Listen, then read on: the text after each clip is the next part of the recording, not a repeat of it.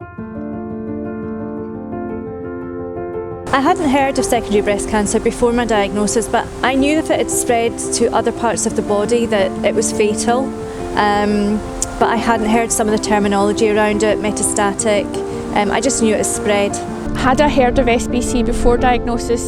Sadly, yes, I had, because my mum had secondary breast cancer 20 years prior, and sadly she had passed away from that. So I had knowledge of secondary breast cancer, but never thinking at 38 that that would be happening to me.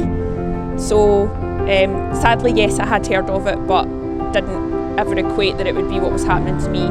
So I'd never heard of secondary breast cancer before my diagnosis. I just assumed when people had breast cancer, it was breast cancer. I didn't even realise there was different types of breast cancer, and I certainly hadn't heard of secondary breast cancer. I had no knowledge that you could have primary breast cancer and effectively be cured and treated, but that with secondary breast cancer, although it was treatable, it was no longer curable, and I had absolutely no idea about that until I had my diagnosis.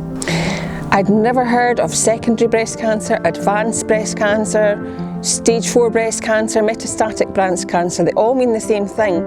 I'd never heard of it. I just thought there was breast cancer and that was it. I didn't know there was different types, stages, grades, anything. So when I was told I had advanced breast cancer, I didn't even know what that meant until I was told it was because it had spread.